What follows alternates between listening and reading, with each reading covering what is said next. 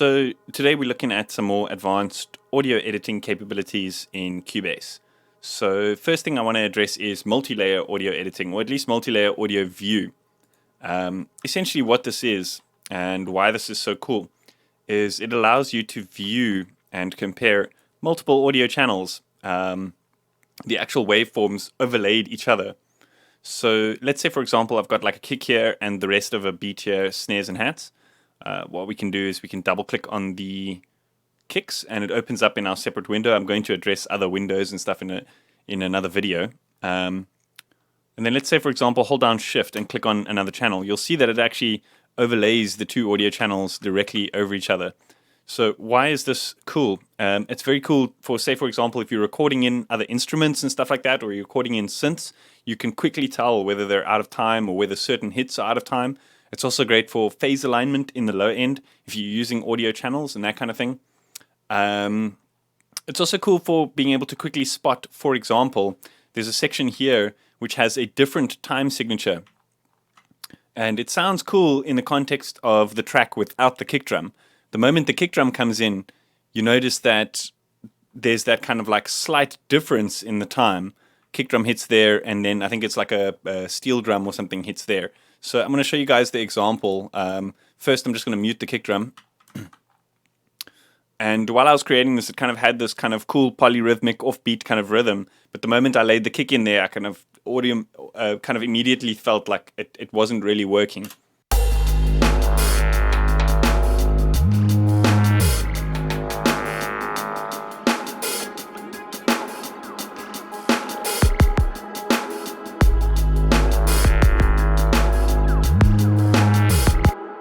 I think it didn't render, so let's just copy this over for this example.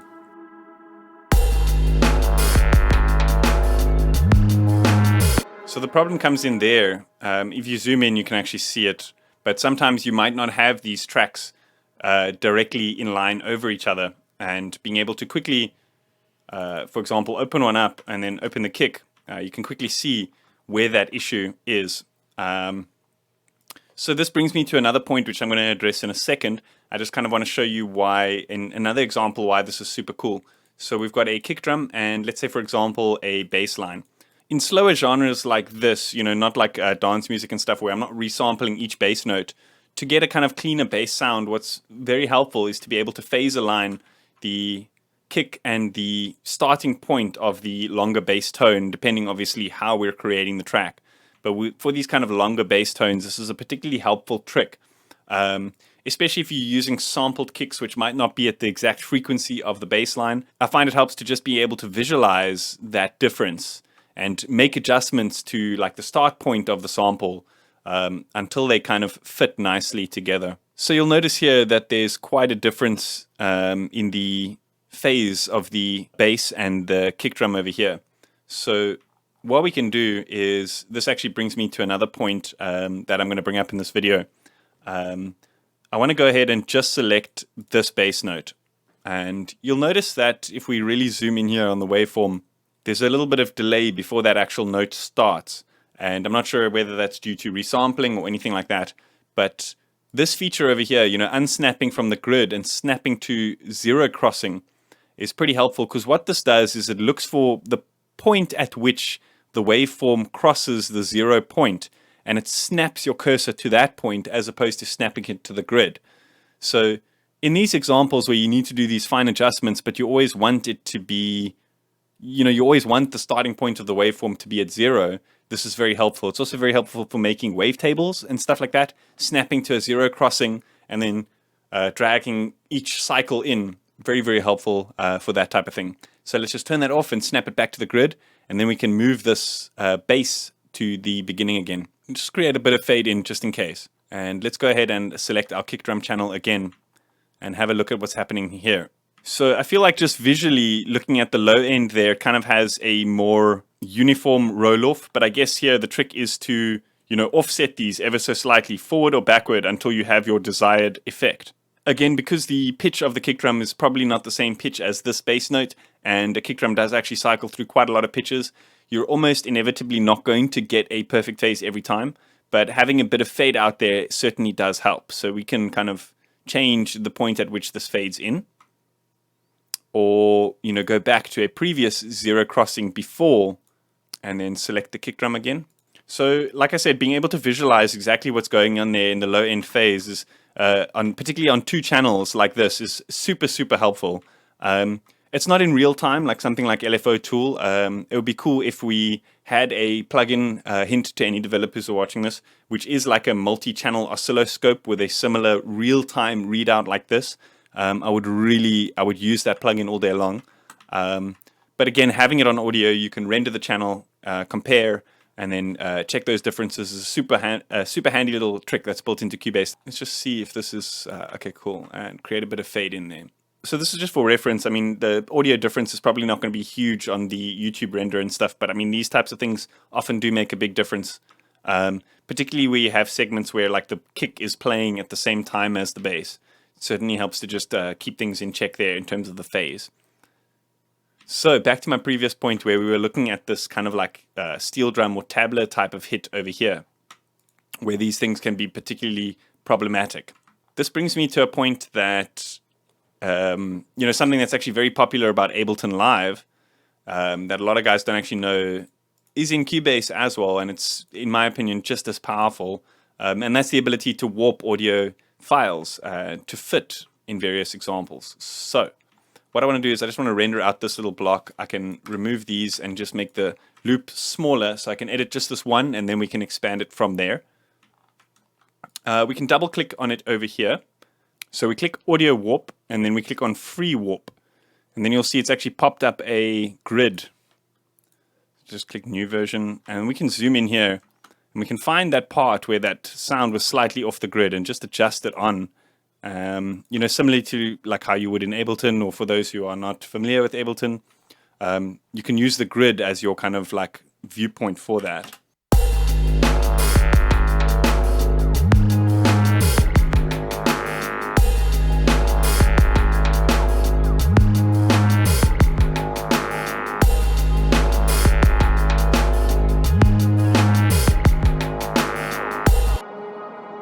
So this also works for importing like loops and stuff. Let me see if I can find a loop that's relatively off this rhythm and beat, and we can kind of like fit it in. Okay, so this is probably vastly off the tempo and stuff, but it will work if we warp it. So what we can do is we can just put it in like that, and then double click on it over here. Just set it to musical mode to start, and then we can start adjusting this parameter here, this tempo, until it's as close to the grid as possible. That way, it's easy, we don't have to adjust it. Because what happens here is, let's say, for example, it was at the default, and we start warping it here. What's going to happen is the end point is going to stay the same. So it's going to be harder to warp as you get progressively further through the sample. So just to start things off, to make things easier, what we do is we adjust over here, so that it's relatively on the beat, as close to the grid as possible. And then the rest we can just shift in a bit like this.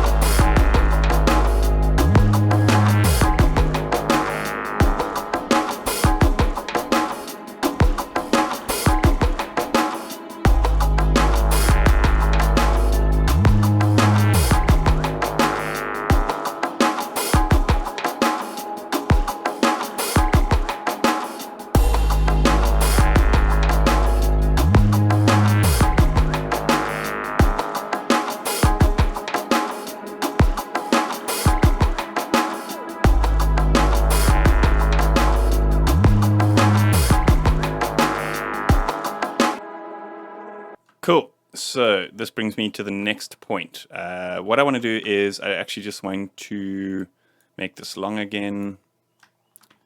And what we can do is just remove all of these. And I want to bounce it just to make things easier for further editing and such. And here I want to show you guys what hit points are. So Cubase has a thing called hit points, which allows the detection of single slices within the audio. And there's various things that it can do from that. So there's actually some pretty interesting things you can do in terms of creating MIDI patterns from drum beats and that kind of thing.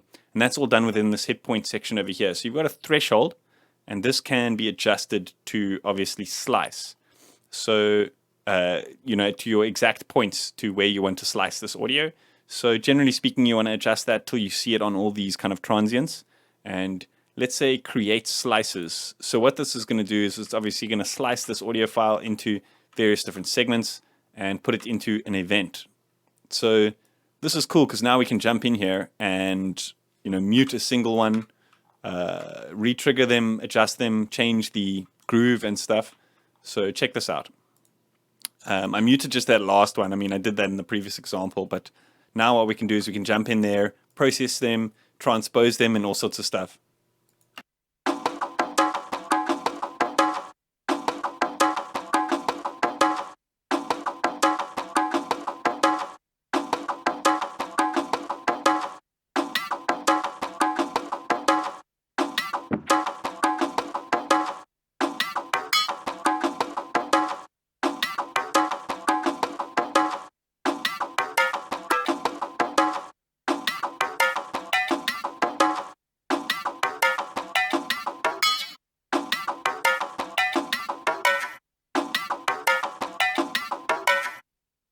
And here there are also various different algorithms which you can use for pitch shifting.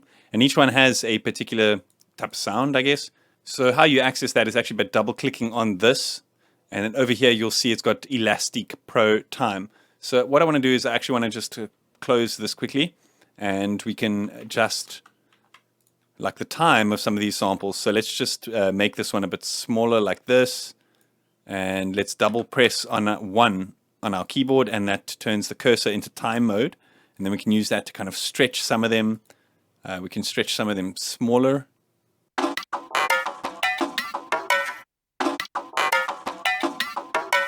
So another cool trick is if you hold Control-Alt, you can actually adjust the starting point of the sample within the boundaries of the sample.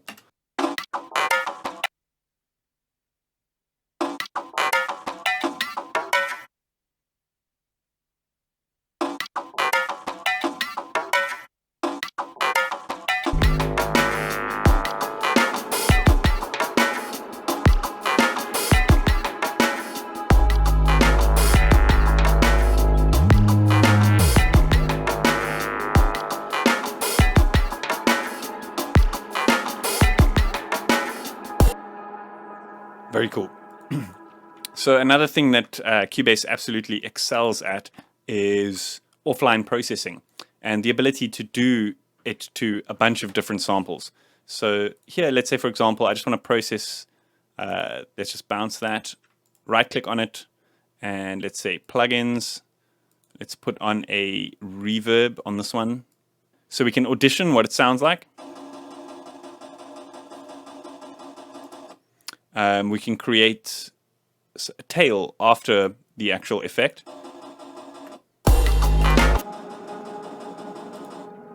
So here it actually automatically applies the effect. You can actually just close that.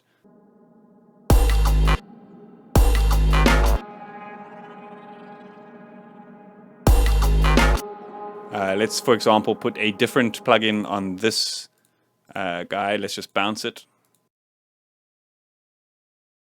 Let's put a different reverb on this one. There we go.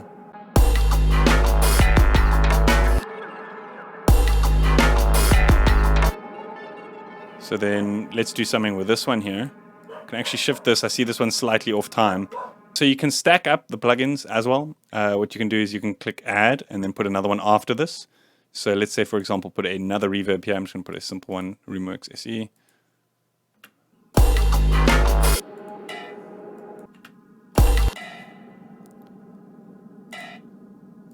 So that's pretty cool. Let's say, for example, put something else after this.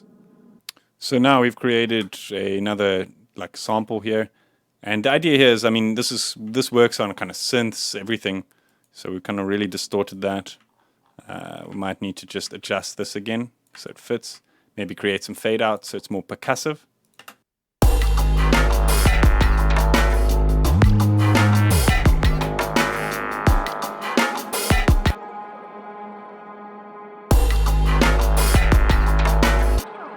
So you can also create different curves of fade outs in Cubase, which is pretty cool. So you can do like stuff like this.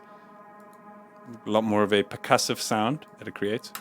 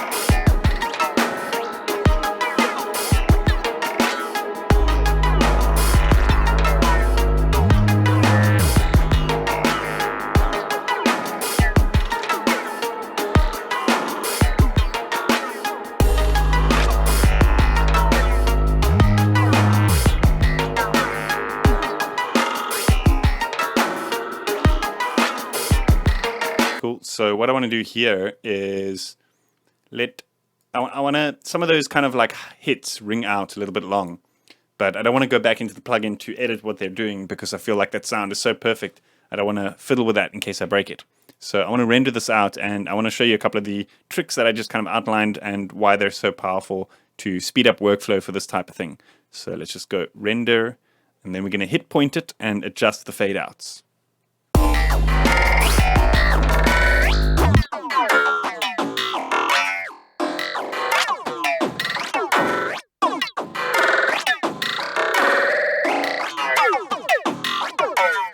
So here you can also set a minimum length. So what that does is it kind of judges how long the hits are, if that makes sense, and the intensity of the hits. So this makes things a lot easier to really fine tune those hit points and get those exact results. So let's just create slices here and dive in, create some fade outs on some of these to really get a much tighter sound. And what also helps is to create different curves on each one.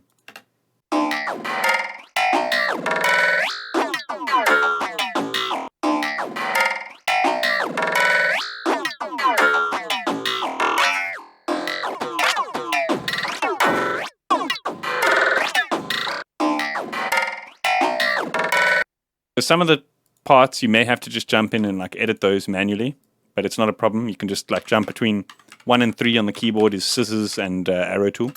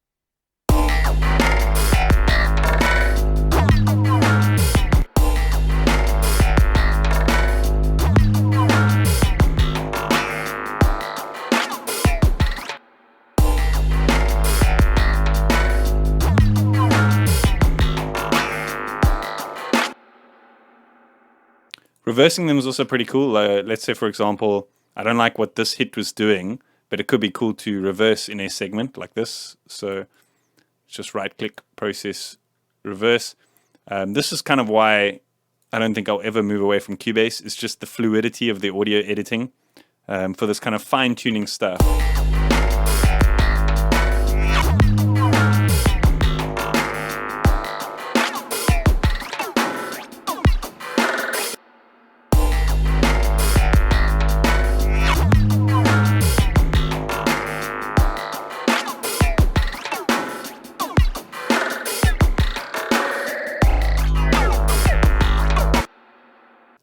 So we can loop it at that point there. I think that'll be cool. Maybe do a thing like this. I want to show you guys a crossfade as well. So if we, which one was it? It's this one. Pop this over here, click on both of them, and then hit X. It'll create a crossfade. And we've got variable curve control over the crossfades as well. So this is a cool way of creating a hit and then turning that into like a reverse.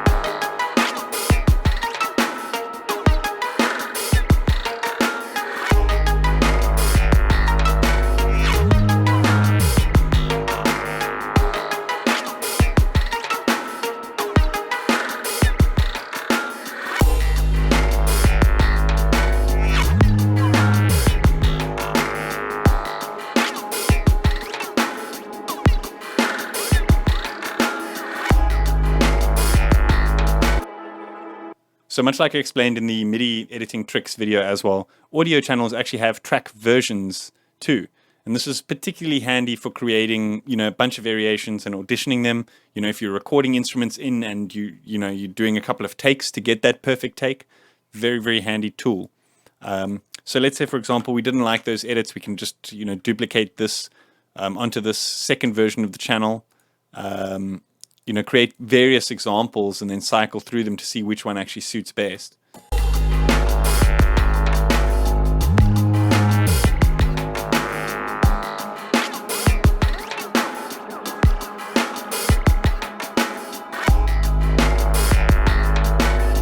So you can create a bunch of track versions there. Super handy little trick that I thought I'd just add into the video.